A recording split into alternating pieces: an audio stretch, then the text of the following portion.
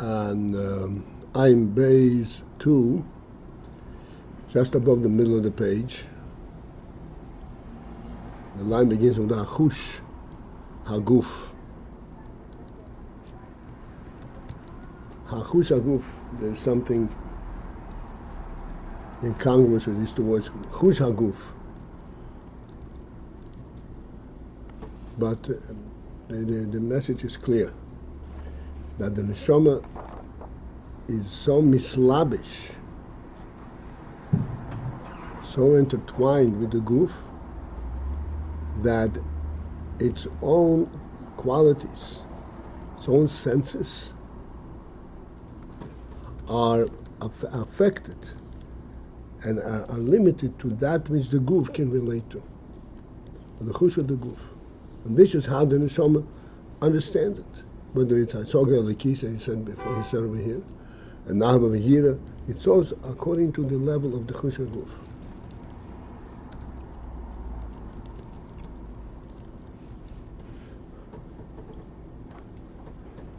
We were looking the other day to get a tangible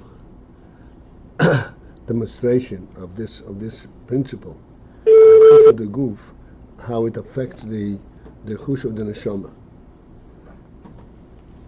And I realized that there is a ready-made illustration of this one, something that we discuss all the time. Baal Shem said, "Mokem she'retzei shel Adam shomhu." Where the rotzen of the person is, this is where he is. Which means that from the perspective of the neshama, it perceives the reality of where it wants to be, not by distance, but by its reality. And it is there automatically. It is everywhere that he wants to be. This is the way the neshama is mitzadat. Then when it comes into the guf, it no longer senses the inyan, it is where it wants to be. It can get to where it wants to be.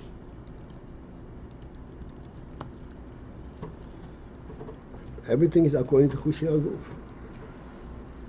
The guf is limited to where it is, and if it wishes to be elsewhere, it perceives it only in a manner of getting there, not in a manner of being there.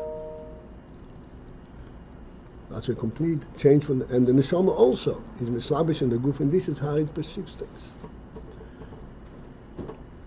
This is the principle of the neshama being mislabish in the guf. And this is the point that we are discussing here, the anomaly of it.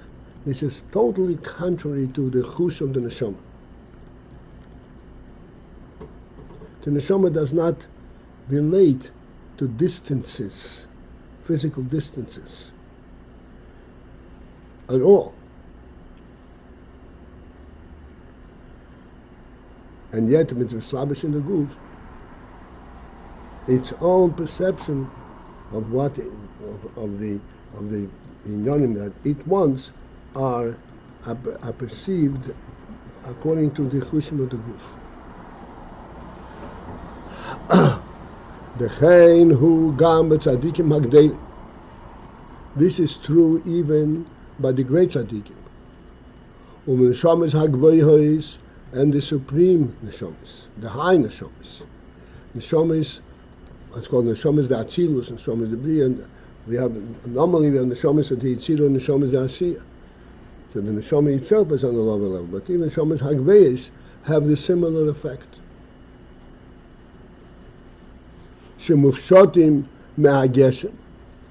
The neshamas hagvoyos that are completely devoid of any kind of geshem, any kind of definitive limits, and yet the hasagos of lamato, that they are in the hasaga, the comprehension as they perceive it here below, Einay biyerech is not comparable to asogas on shoma mitzad atzma.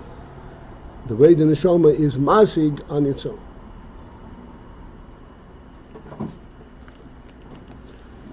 So then he elaborates more specifically.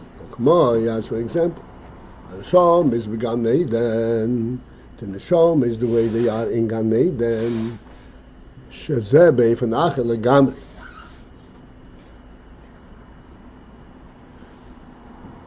That is in a totally different manner than the way the neshama is on the guf. Commission is boil yildai until the sneach, Hashem, when he zakis bekommt the sachring, the gam neshama da atzilus, that even neshama da atzilus bislapshus on the gufim, neshama da atzilus when he mislabish in guf, hasagosom ha'alekis hu bebchinos mitzius levad. The neshamas da atzilus, as the neshamas are mislabish in the guf, and then they are they're masing the lukus, they're masing only the mitzius of a lukus and not the mahus.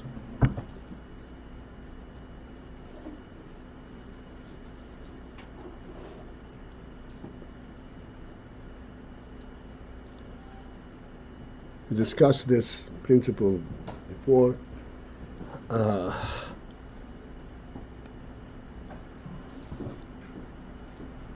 Again, to give us a very simple illustration of the principle, we will take something which is within the world. And here too, we will not recognize the difference between the way it's in mitzad, the mitzias and mitzad mahus. So we said that light was created on the first day of creation without a physical body.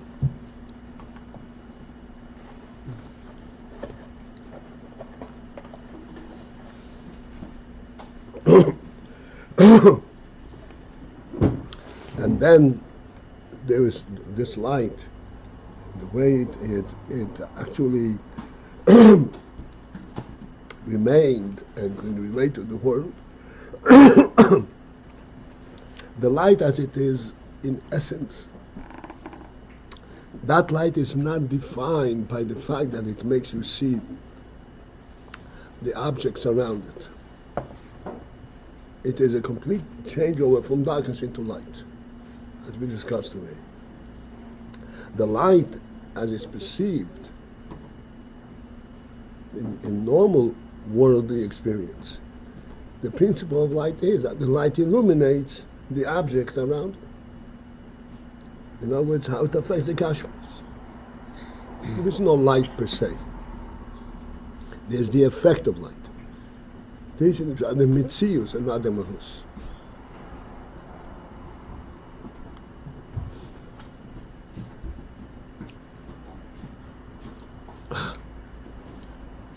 And it requires a whole effort to recognize and to sense that in fact, no, there is such a thing, there is the mahus of light. Not only the effect, but there is an element unto itself, as we discuss all the time. This is the effect of the neshama being established in the guf.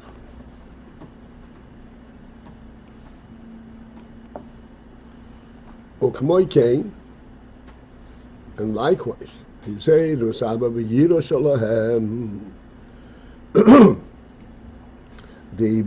awakening, the effect of the Ahava V'yira of the Neshamas. Ahava V'yira of the Neshama, this is, so to speak, a natural, a normal state of the Neshama, because it senses the lakus, and senses the truth of the lakus, and therefore the union of Ahava V'yira is something which is the normal way the neshama relates to the lakus. This is Seiras Avina Shalahem in the guf. Ayin zeh. It is not K'moi Ho'ava V'yira Shal Neshama K'moi Shehilamai. The Ava V'yira and the neshama, the way it is here below in the world, in the guf, is not at all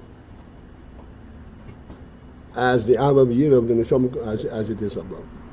Ukmeisha Kosu, and as the Pasuk says, Chaya Vaya Asher Amadati Lefonu.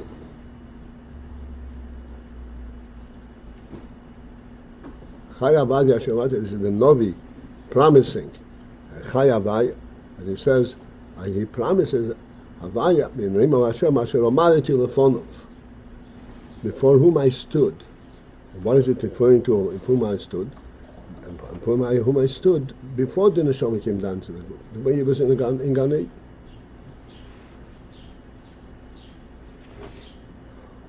So this is even in Neshamas Agveis. Kol shekein bin Neshamas shenitfosim b'Geshem, and then for sure Neshamas, lower Neshamas, that are grasped by Gashmius, which means Gashmius is something that they can relate to.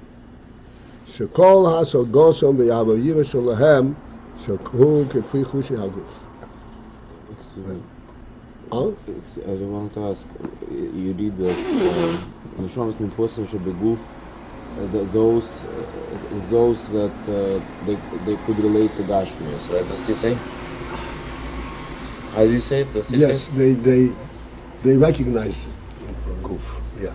As opposed to Neshamas of Atzilus don't even recognize guf at all. Right.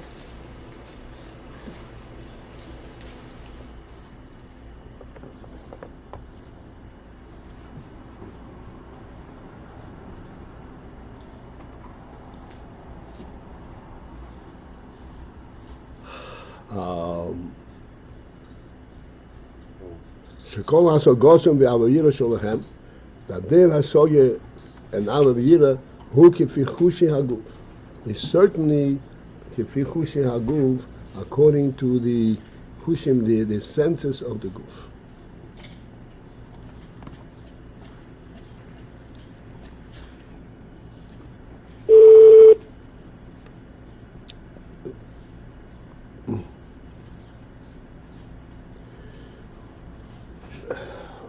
Going a little bit high, we had the illustration yesterday, and then before we talked about how the Neshama perceives the Gashmius, but in terms of Ava V'yira, in terms of Masing Elokus, how we have to try and identify the difference of how the Neshama perceives Elokus, the Mila, and how the Neshama perceives the Elokus, the way it is in the Guf.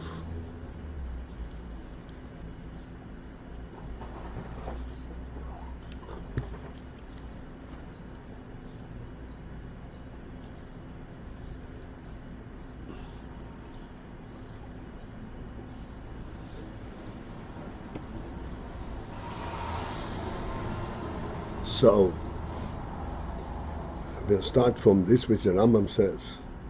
That the first principle is to know that there is a first being, Mamtzi Kol Nimtzo, that brings forth everything that exists.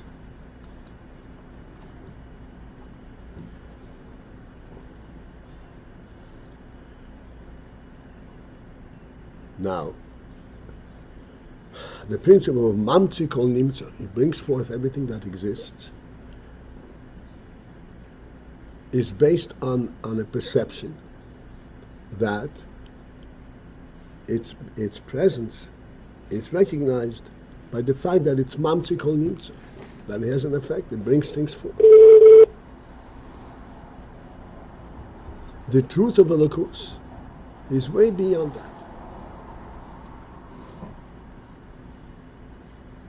The truth of Elokus is Faketa, we say, and it says that Elokus is Bipshitus. Elokus does not need to be manifest in order to be perceived, in order to be.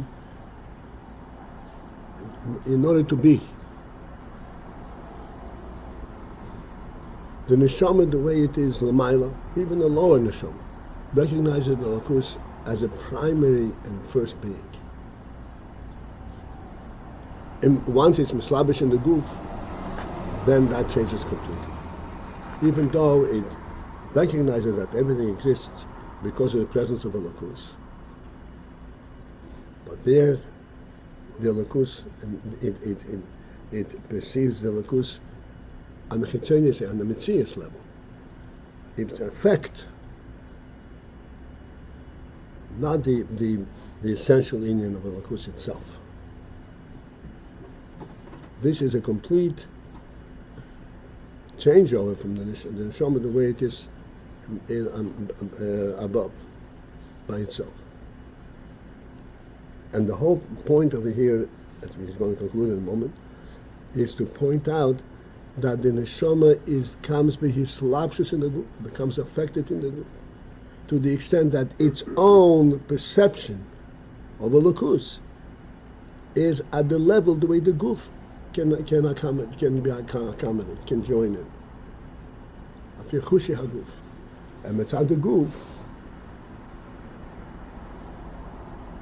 since the guf is a gashmi, and a gashmi does not have a primary being, therefore it perceives elokus as that which provides gashmis its presence. To provide gashmis its presence, it has to be the perception of non-presence, and it comes into presence. That's where gashmis is. Elokus, perceiving elokus, a possibility of non-presence, from non-presence into presence. This is not elokus as it is. Elokus does not have the non-presence element at all. Like I said from Rambam, Motzurisha, the first being, it does not have the element of non-presence whatsoever. And yet, the way the neshama is in the guf, it's masik the mitzias of elokus, which means the effect of the presence of elokus. Kivichush haguf.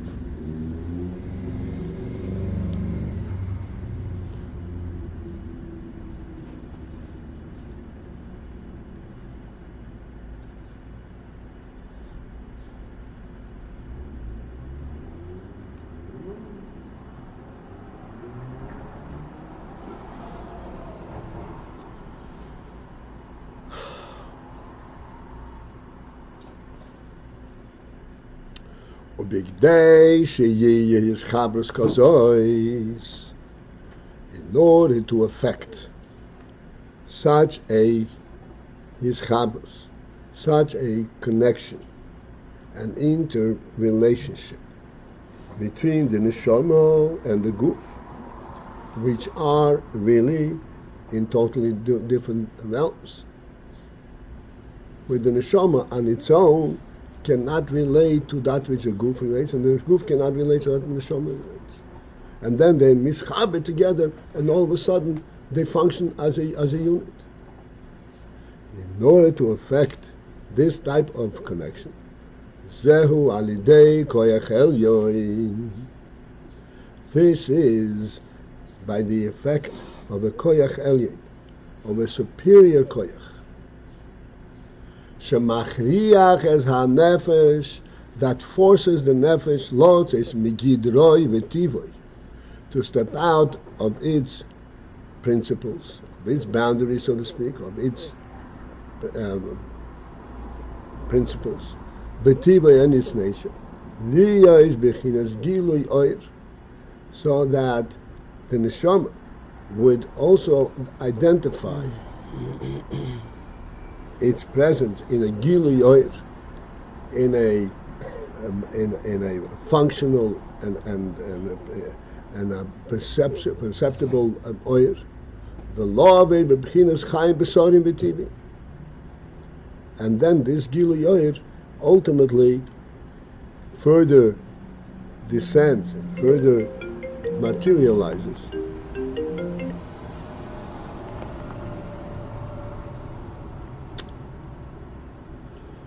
into Chaim Besorim, into life on the level of basar, of flesh life, betivim and natural life, kifiyei from haguf, according to the way of the guf.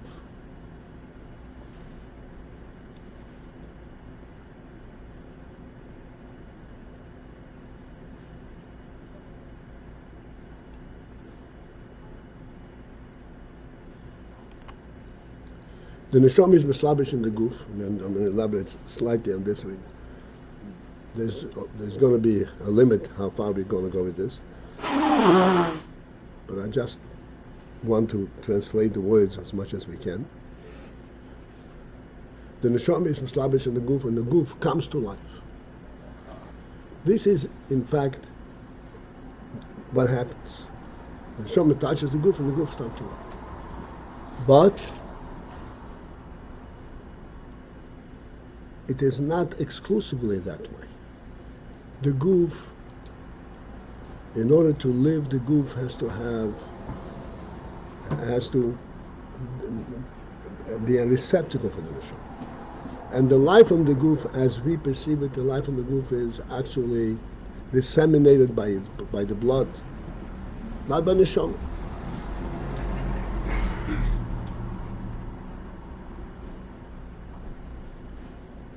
In the blood, the nefesh is mislabish, and therefore then the blood brings nefesh, a life element, throughout the whole body. Whether it is, he says, this is Chaim Besori, Mamash Chaim Besori.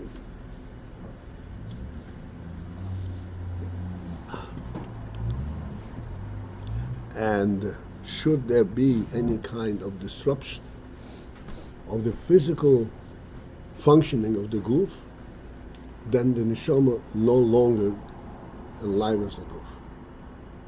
Even though the neshama, the life of the neshama is independent of the guf completely.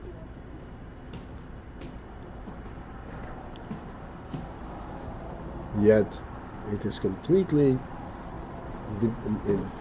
descending at the level of the guf, so that if you can make sense the life element at the guf level, the neshama provides it. If you cannot make sense of the life element on the neshama, on the guf level, the neshama doesn't provide it.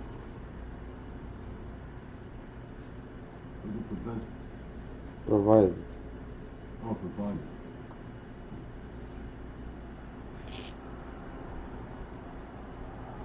Whereas, in fact, the neshama and atzma is totally unrelated to that.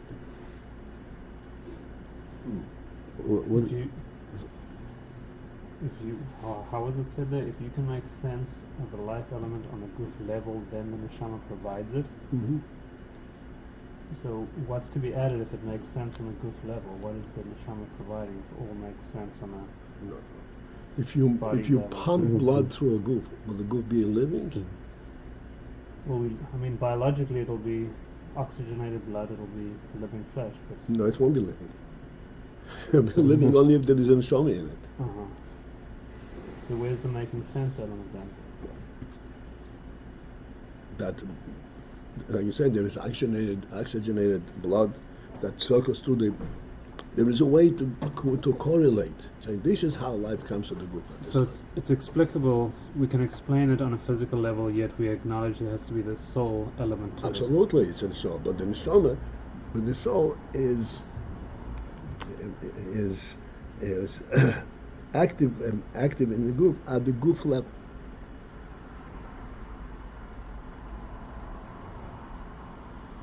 I want to ask,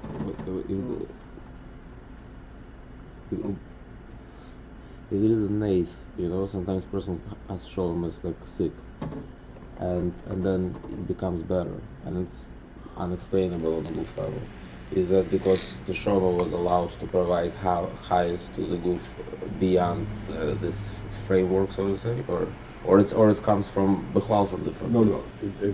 It surely comes from the neshama, and there, it is all the boundaries are removed, and it allows the highest to come on its own, and then the neshama forces the guf to heal.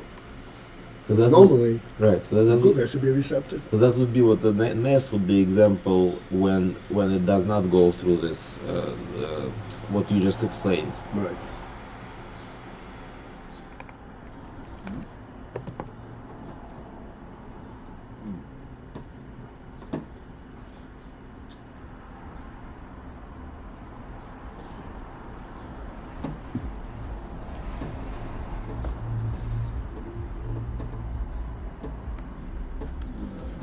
And thus, this is the meaning in the Pasuk. Vayipach b'Yaakov v'nishmas chayim.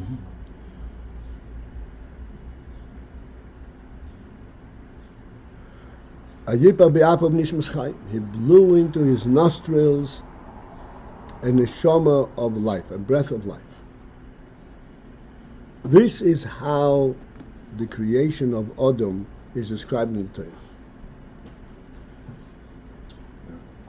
There was a body formed from earth, and into this body, through its nostrils, a neshama of life was blown. Vayipach was blown in. And what's the implication of the word blown in?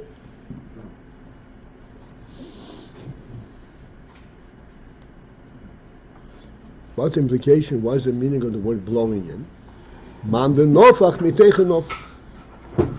That's what Loshan Isaiah. The man de nofach, when one blows, miteiche blow nofach, he blows from his inside. Meaning miteiche upnimiyus. From his pnimius, utilizing his deeper koiches. The hainu, and then further there becomes neficha bekoich. This is an allusion to the fact that the neficha is bekoyach, with a special force. Okay? In other words, the neshama is machai the guf. The neshama is machai the guf, and the neshama is a living soul, a living spirit, and therefore the guf lives. But it is not that simple. The neshama had to be forced into the guf to give life to the guf. Because it had to be bypass all its normal perception, normal boundaries. The neshama in the guf, this relationship had to be forced upon the neshama. Ayipach, mandanocha b'koyach no. Shilemotzinu b'chol hanivroim. We don't find in all other creatures, shetiya piyulas his havus bekoyach, that the effect of their coming into being, their creation, should be bekoyach, with some kind of a koyach in a force. Adarabah.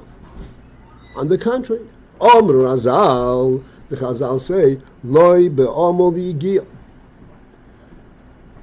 kuli, etc. It said, loy be'omo v'yigiyah l'bor HaKadosh Baruch Hu lomi. That Hashem created the world not be'omo v'yigiyah, not by exertion. He said, and it was. This is the entire creation of that. Except the Gabe Ha'adam, and yet by the person it says, Vayipach, he blew. And the Neficha is B'koyach Davka. Neficha is alluding to a force that's coming B'koyach.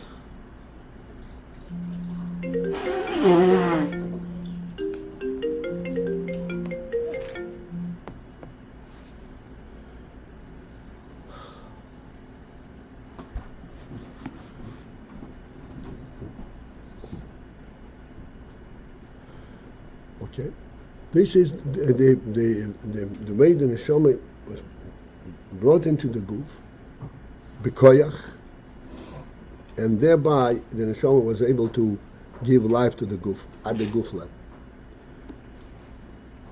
Further elaboration: v'chol tagboyres koyach. Anytime when there is tagboyres koyach, there is an overpowering of koyach. Meaning the koyach does not come in a normal flow, but the koyach is coming with an overpowering force.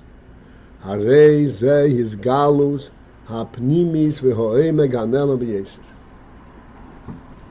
This is a manifestation, a revelation of a deeper, and hanelo b'yesir.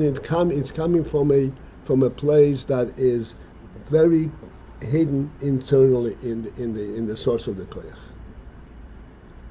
This is how it comes b'koyach. And the Rebbe is going to give us an illustration, and we don't need to elaborate on ourselves. This is his gabers is coming This is a manifestation of a koyach pnimis for oimeg and the depth.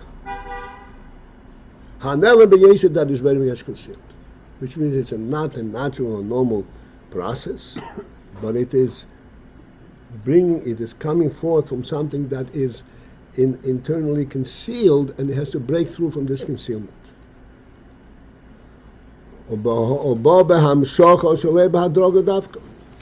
that itself comes behamshocha, it comes in a flow, shaloi behadroga, not in a gradual manner.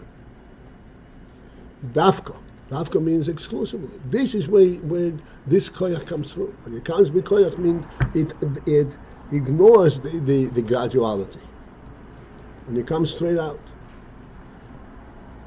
What's it? The effect of this koyach. What, the soul coming into the body? We are alluding now to the soul. The soul coming in because the soul was put in the guf b'koyach. Now we're elaborating on principle of a koyach. Koyach means that it comes from a hidden place, a concealed place, something that is not normally functional. And when it comes through, it comes b'koyach. And when it comes through b'koyach, it comes shaloi behadroga, meaning it is not gradual. It does not come through various stages until it can relate to it. It comes straight from its original, from its source, directly into the action, into the effect. Or kamoi. And as in the example, hadoi leg mimokim lemokim. When one jumps from place to place, shezehu b'tagboyres koyach. This is affected by tagboyres koyach, by an overpowering of the koyach. Essentially, when a person jumps, we're not going to need time for this, but just when a person jumps, the jump is affected by his legs just as walking.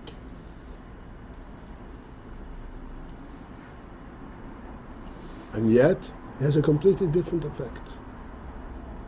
Walking is gradual, and jumping ignores the graduality. It goes from one place to another in completely in different unapproximated distance.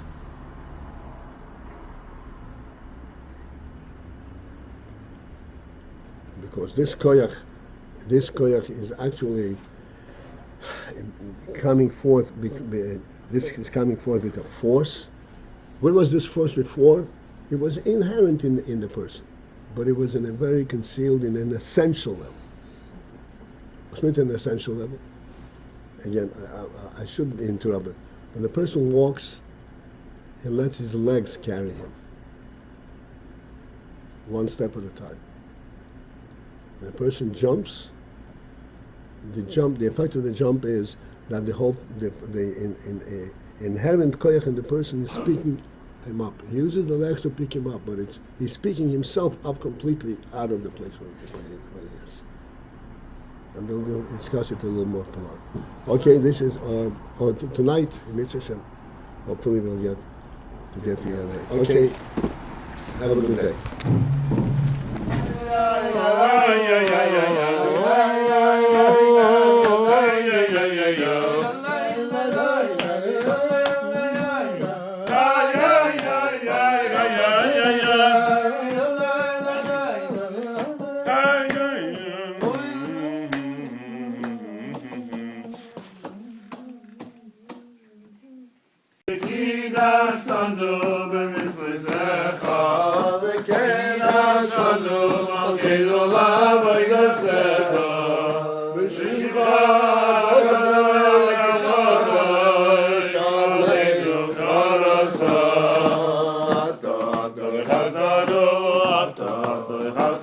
Mikol